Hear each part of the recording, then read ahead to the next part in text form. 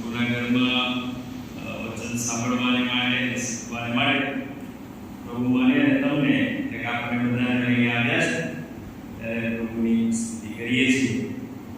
ગઈકાલે સવારે અને સાંજે વિજયવન પ્રવેશ વિશે આપણે શીખી ગયા અને તમારા તરફથી પણ જે રિસ્પોન્સ મળે છે બધા માટે આભાર માનું છું કે તમે મને શાંતિથી સાંભળો છો. જે ટૂંકું બોલે અને ફરીથી બોલાવવામાં આવશે એવું કહેવામાં આવે છે. પ્રભુનું વચન તો બોલવું જ પડે અને તેથી ઈશ્વરનો જે આત્મા છે જે મને તમને શીખવે છે તેને માટે પણ પ્રભુનો આભાર માનીએ છીએ કે વર્ષમાં એક જ અઠવાડિયું એવું હોય છે કે જેમાં આપણે વધારે પ્રભુની નજીક બેસીને પ્રભુના વચનોનું મનન કરી શકીએ. અને જે પ્રાર્થના કરે એમાં ઘણી બધી વાતો કરી ખૂબ ખોવાયેલા રહીએ છીએ, બીજી રહીએ છીએ અને ઘણી બધી વખત આપણે પ્રભુને જે સમય આપવાનો છે, પ્રભુના વચનને જે સમય આપવાનો છે એ આપણે આપી શકતા નથી.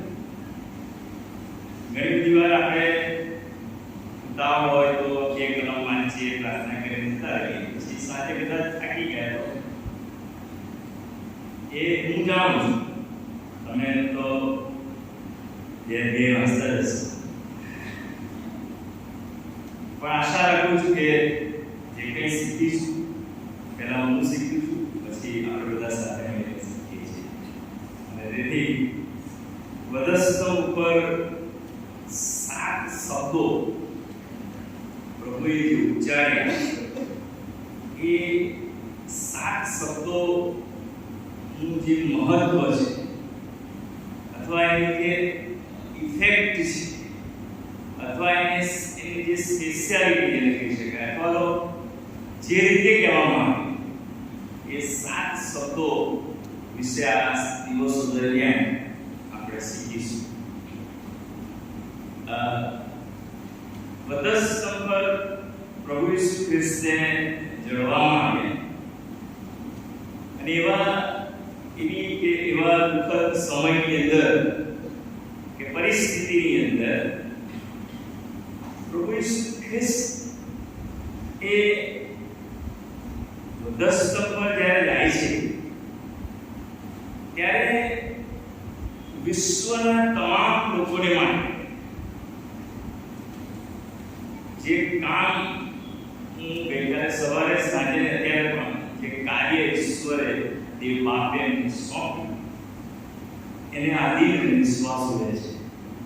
તેથી આજે પહેલો જે શબ્દ છે એ વિશે આપણે વિચાર કરવાના છીએ. સર્વસમર્થ અમારા જીવના પ્રભુ અમે તમારો પુષ્કળ આભાર માનીએ છીએ અને સ્તુતિ કરીએ છીએ આજના સમય અને દિવસ માટે. સવારથી પ્રભુ તમે અમારી સાથે રહ્યા અને અમારી સંભાળ રાખી, કાળજી રાખી, ચિંતા રાખી. ભયંકર ગરમીના દિવસો છે એમાં પણ પ્રભુ તમે અમારી કાળજી લો છો. બહાર જઈએ પાછા એ બધા સંજોગોમાં તમે અમને સંભાળો છો તેને માટે અમે તમારી સ્તુતિ કરીએ છીએ. ફરી એકવાર તમારા ઘરમાં તમારી નજદીક બેસવાને માટે અને તમારી આસપાસ બેસીને તમારું પવિત્ર વચન શીખવાને માટે તમે અમને લઈ આવ્યા છો તેને માટે અમે આભાર માનીએ છીએ.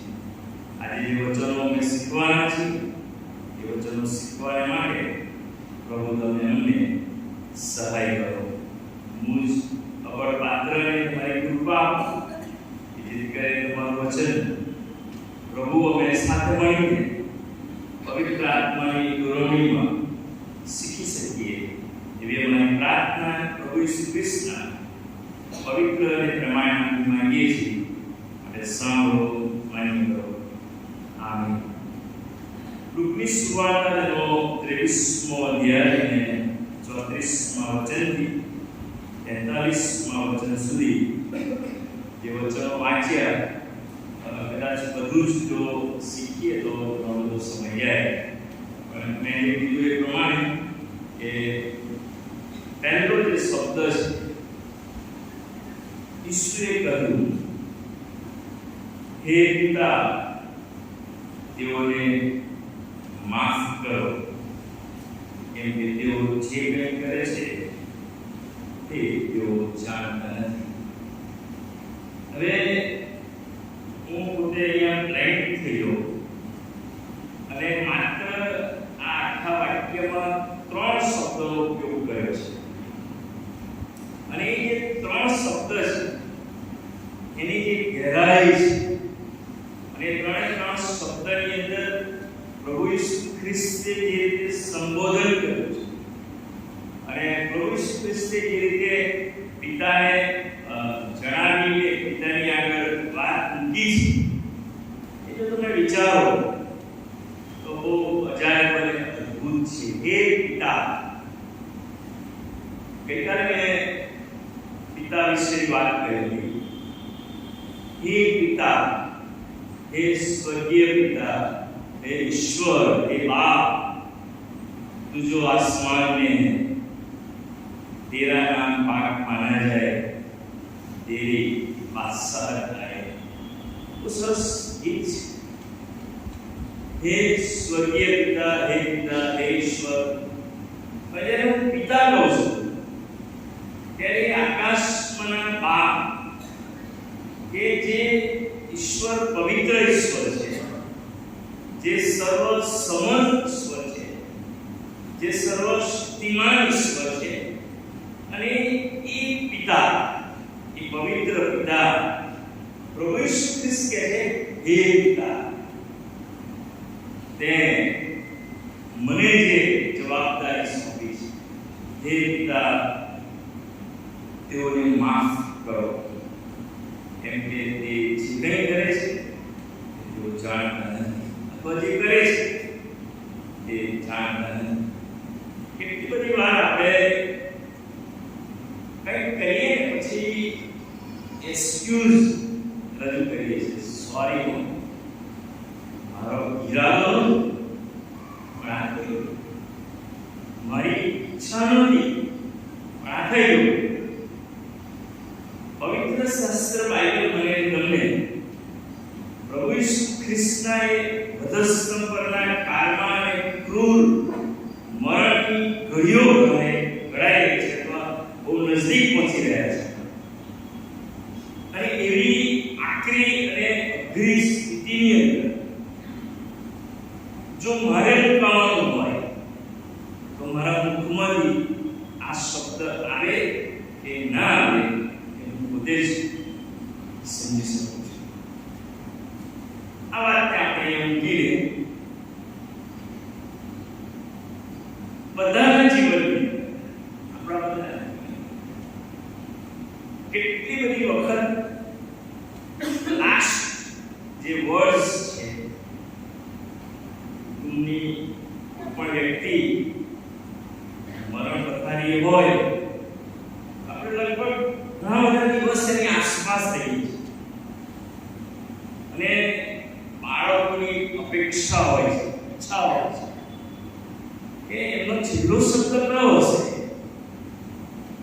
ઘણા બધા લોકોને એવું હોય છે કે મને છેલ્લો શબ્દ જે આશીર્વાદનો છે મને આપશે. છેલ્લા શબ્દનું જે વજન છે એ બહુ જ અગત્યની બાબત બને છે.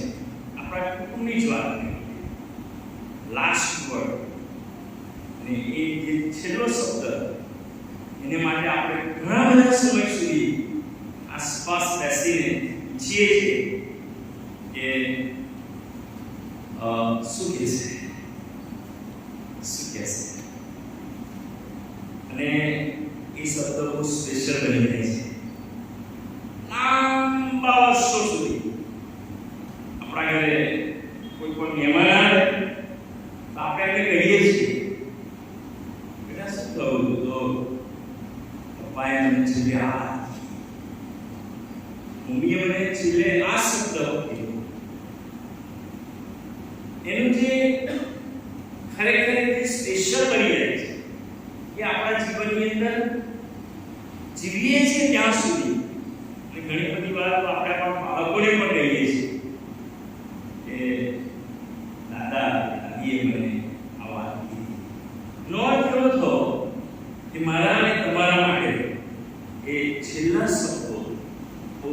અગત્યના છે.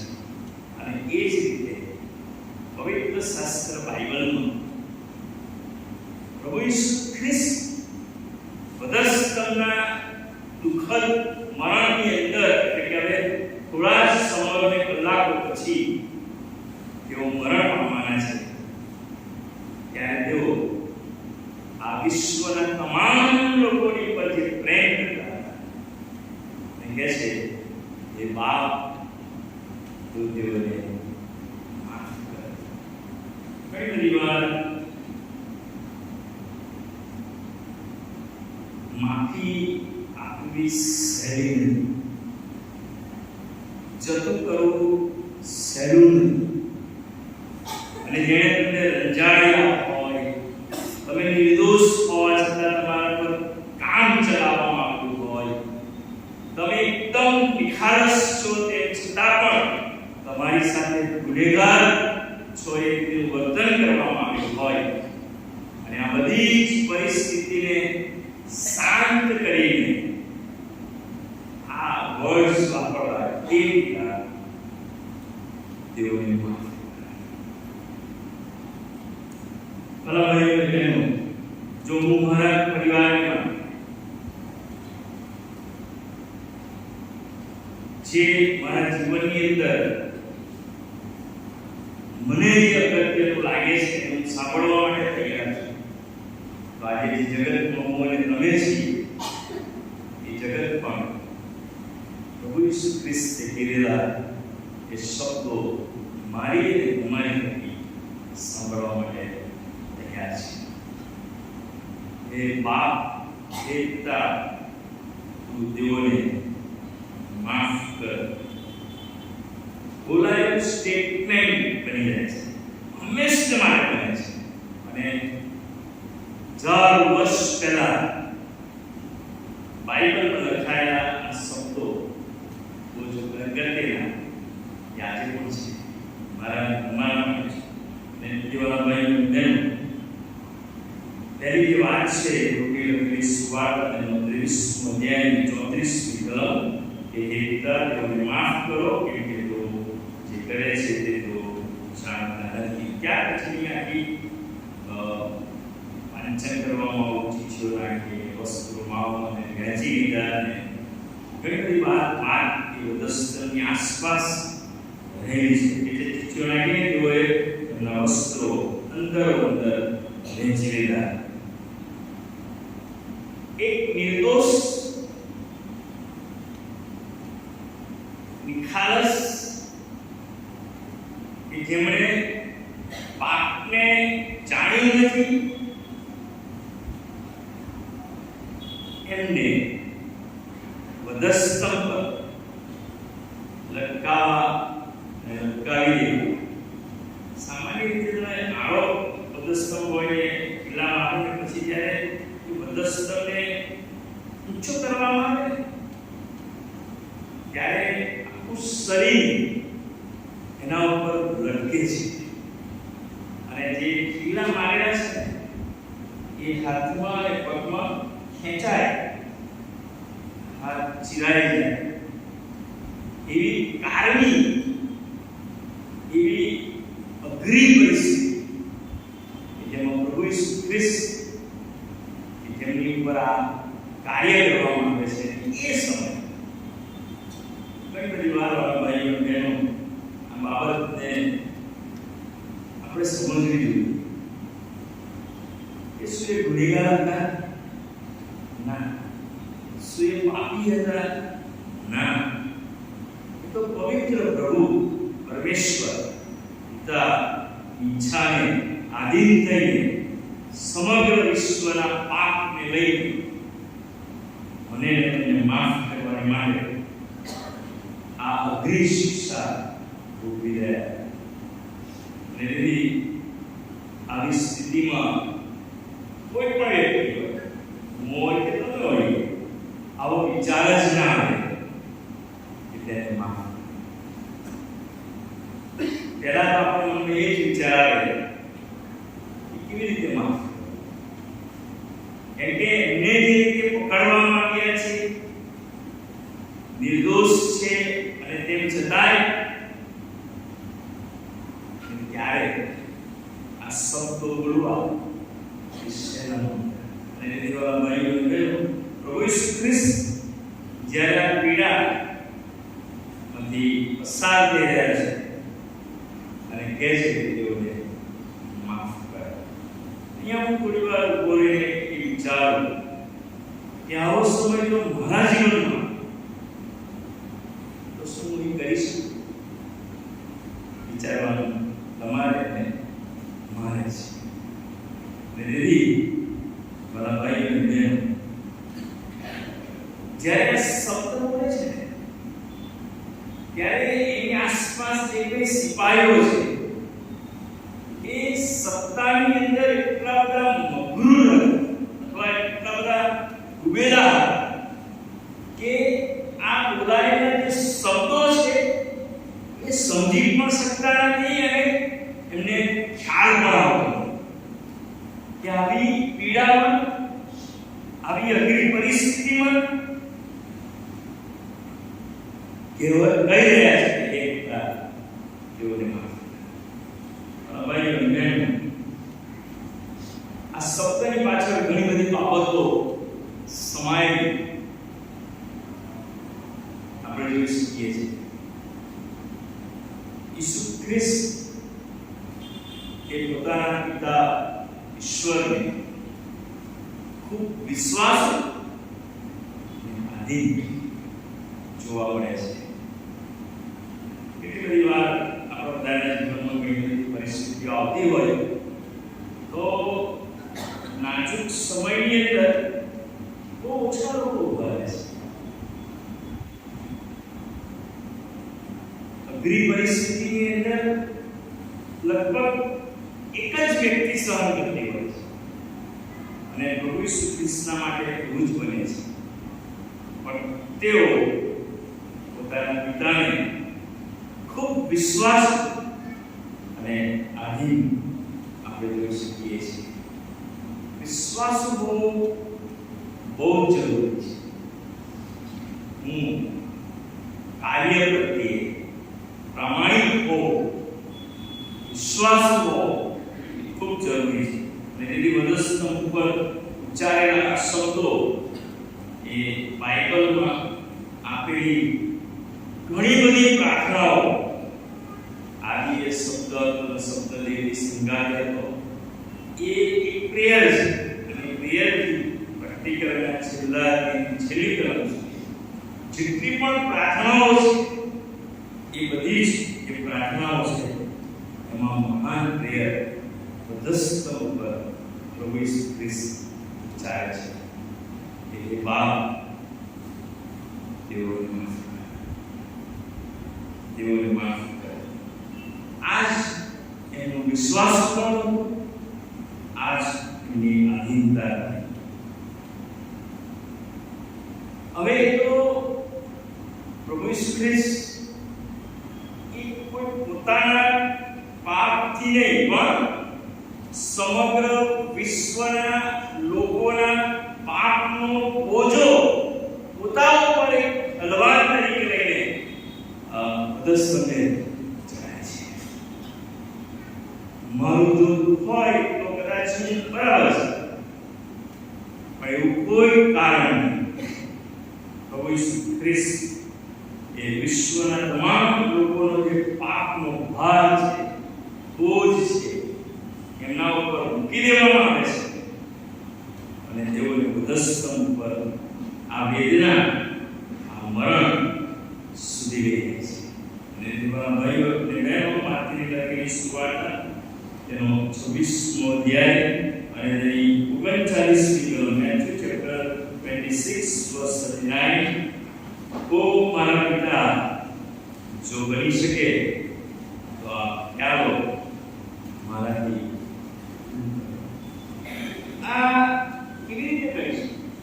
કેમ કે એમનામાં એમની જે સહન શક્તિ છે, કારણ કે સંપૂર્ણ માણસ, સંપૂર્ણ દેવ પણ છે ને સંપૂર્ણ માણસ છે.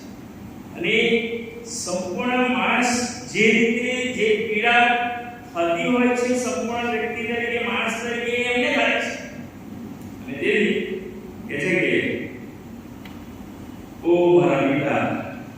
બની શકે તો આ પ્યારો આ દુઃખ મારાથી દૂર કરો. બહુ સુંદર પ્રેયર પછી એમણે કરી. એના પછી તો પણ મારી ઈચ્છા પ્રમાણે ગજબની વાત. વધસ્તંભના મરણમાં બોલાયેલા પહેલા શબ્દમાં આ બધી જ પીડા અને દુઃખની વચ્ચે કે જો મારા દીકરા બની શકે તો આ પ્યારો મારાથી દૂર કરો તો પણ મારી ઈચ્છા પ્રમાણે પણ તમારી ઈચ્છા પ્રમાણે થાવ. ઘણી બધી વખત આપણી જાતને ત્યાં મૂકીએ તો ખબર નહીં આપણે શું બોલતા હોઈએ શું બોલીશું. અહીંયા તો પ્રભુ ઈસુ ખ્રિસ્ત પોતાની જાતને પ્રભુની આગળ મૂકે છે. જે મુશ્કેલ ઘડી છે, જે મુશ્કેલ સમય છે, જે મુશ્કેલ પરિસ્થિતિ છે, જે મુશ્કેલ સંજોગો છે કે જેમાંથી એક પીડાથી પીડાઈ રહ્યા છે અને પસાર થઈ રહ્યા છે. અને તેથી એ પરિસ્થિતિની અંદર પ્રભુ પોતાના પ્રભુ ઈસુ ખ્રિસ્ત પોતાના પિતાને એમ કહે છે મારી હારી છે. અને તેથી અયુબ પુસ્તક તેનો જો અયુબ ચેપ્ટર 13 અયુબ પુસ્તક તેનો 13મો અધ્યાય અને તેના 15મા વચનમાં આ પ્રમાણે લખવામાં આવ્યું છે તે મને મારી નાખે તો પણ હું તેમની રાહ જોઈશ, પરંતુ મારી મન નિર્દોષ છે એમ હું તેમની આગળ સાબિત કરીશ. અયુબનું બધું જ ચાલી ગયું. અયુબનું બધું લૂંટાઈ ગયું. મિત્રો, સ્ત્રી, ઘણા બધા લોકો એને ફરિયાદ કરે છે કે શું કરી રહ્યો છે. પણ અયુબ આ બધા જ સંજોગો અને પરિસ્થિતિની અંદર કહે છે કે પ્રભુના વચન તે મને મારી નાખે તો પણ હું તેમની રાહ જોઈશ. ભાઈ બહેનો, પ્રભુ ઈસુ ખ્રિસ્તે મારા અને તમારા નિર્દોષ હોવા છતાં પોતે ઈશ્વર પિતાને વિશ્વાસોને આધીન રહીને પોતાની જાતને પ્રભુના હાથમાં સોંપે છે. દાનિયેલ પુસ્તક તેનો 3જો અધ્યાય, દાનિયેલ ચેપ્ટર 3 અને 17 અને 18 અમારા ઈશ્વર જેની અમે ઉપાસના કરીએ છીએ તે તમને બળતા અગ્નિ ભઠ્ઠીમાંથી છોડાવવાને શક્તિમાન છે. પછી ડેનિયલ્સ પ્રેયર શું છે? અને પ્રાર્થના કરે છે હે રાજાજી તે અમને આપના હાથમાંથી છોડાવશે. આવો ગજબનો અયુબના જીવનનો વિશ્વાસ અને દાનિયેલના જીવનનો પણ વિશ્વાસ.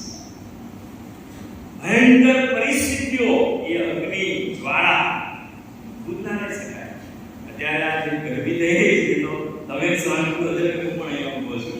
આપણા જીવનની અંદર સામાન્ય વસ્તુ આપણે સહન નહીં કરી શકીએ. પ્રભુના સેવકોના જીવનમાં જે બાબતો બની બધા સંજોગોમાં તેઓએ પ્રભુ પર વિશ્વાસ રાખ્યો. પ્રભુ ઈસુ ખ્રિસ્ત એ વિશ્વાસ અને એ અધીનતા સાથે અડગ ઉભા છે.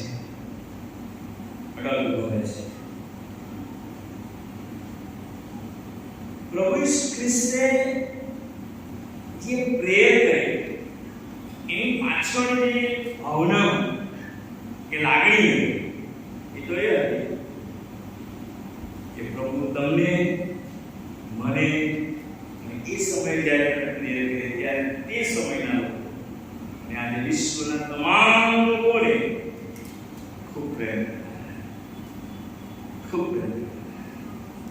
અને તેથી તેઓ પોતે પાપને ધિક્કારે છે. બાઇબલ કહે છે કે તેઓ પાપીઓ પર પ્રેમ કરે છે. મને તમને જગત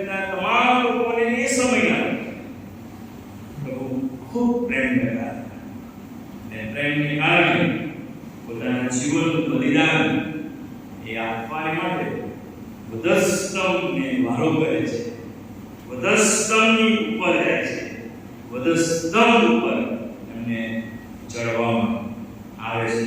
અને તેથી એ જે વધસ્તંભ ઉપર મરણ પામતા પહેલા પહેલું વાક્ય શબ્દ કહે છે, હે પિતા તેઓને માફ કર.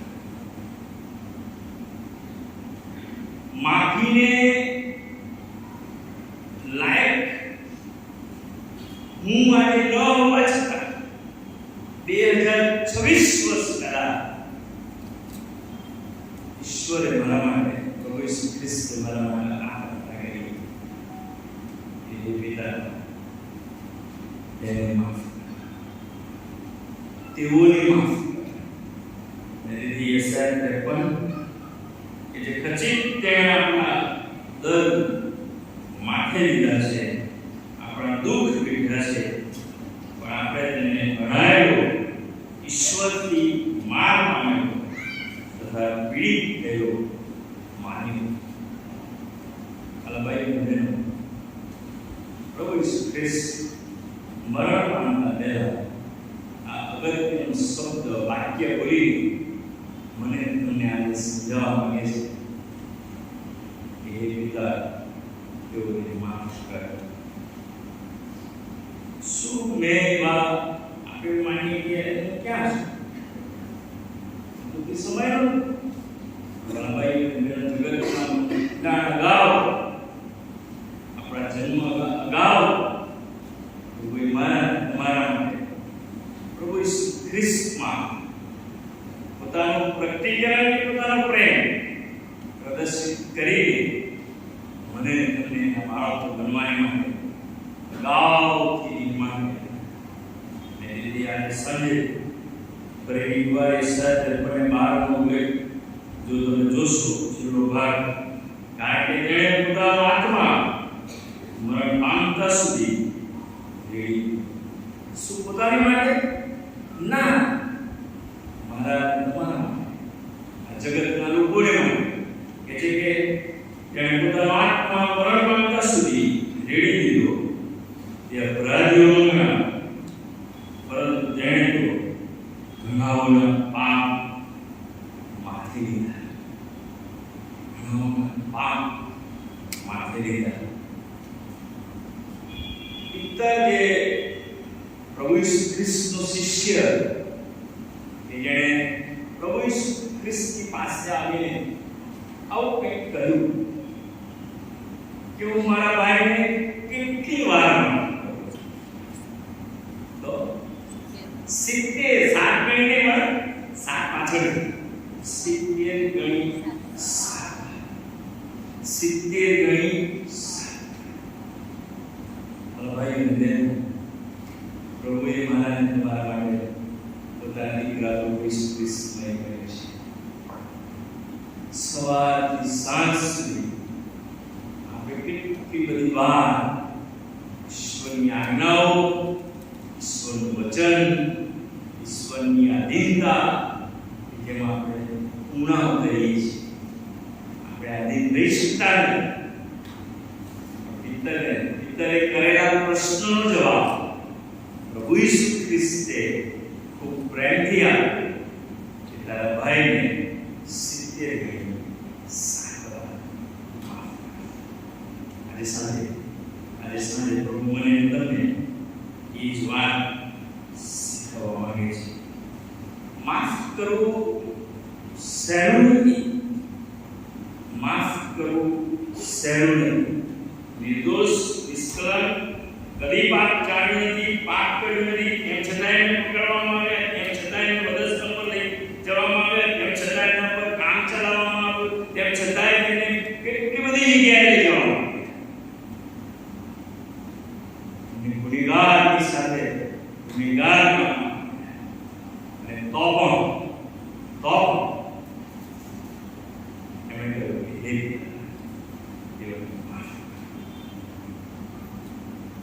રોમન સમ્રાટ સીઝર ઓગસ્ટસ ને દુશ્મન સીના તેનું નામ. ને આ સીઝર એવું ઈચ્છતો હતો કે આજે સીના મારો ગુનેગાર છે કે એને જે મારી વિરુદ્ધ કૃત્ય કરેલું છે અને તેથી એને પકડવામાં આવ્યો, કારાવાસમાં નાખવામાં આવ્યો, એના ઉપર સખત કામ ચલાવવામાં આવ્યું, એને જેટલી પણ શિક્ષા થવી જોઈએ એટલી શિક્ષા કરવામાં આવી. સીના પણ કહે છે કે હું સીઝરને અર્પણ દઈશ. સીના એ સીઝરને આધીન થતો. એક સમય એવો આવ્યો કે સીઝર વિચારતો હતો કે આટલું બધું એના પર જાળવવામાં આવે છે, શિક્ષા કરવામાં આવે છે, સીઝર એકનો બેન એની પત્ની સાથે બેઠેલો. એટલે એની પત્નીએ સીઝરને એવું કહ્યું કે એક વાત તમે મારી સાંભળશો? કે છે તમે સીનાને માફ કરો, તમે એને માફ કરો. માત્ર રાજા એની પત્નીની વાતમાં એને લાગ્યું કે આ કંઈક છે. પછી જાણે કારાવાસમાંથી સીનાને બહાર લાવીને એની સાથે વાત કરતા કહ્યું કે આજથી હવે તું મુક્ત છે,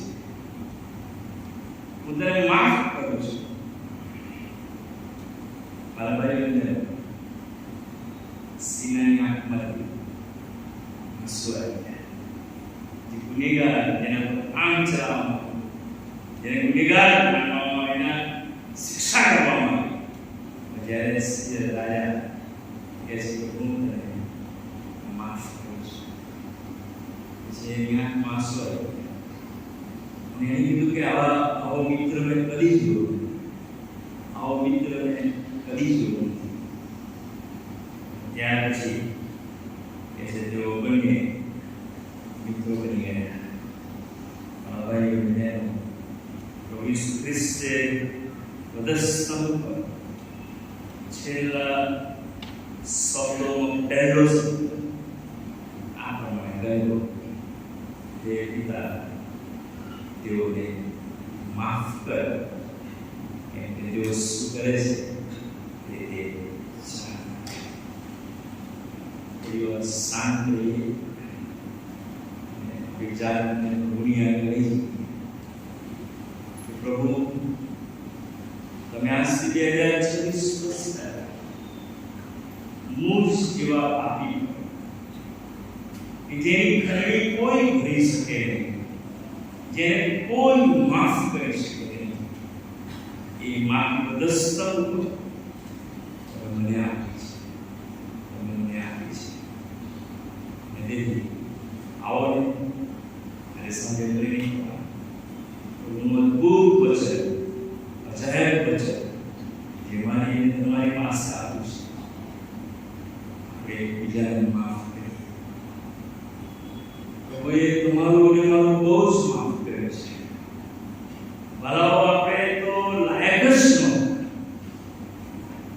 તેમણે મને બહુ જ માફ કર્યું છે, મને પોતાને બહુ માફ કર્યું છે.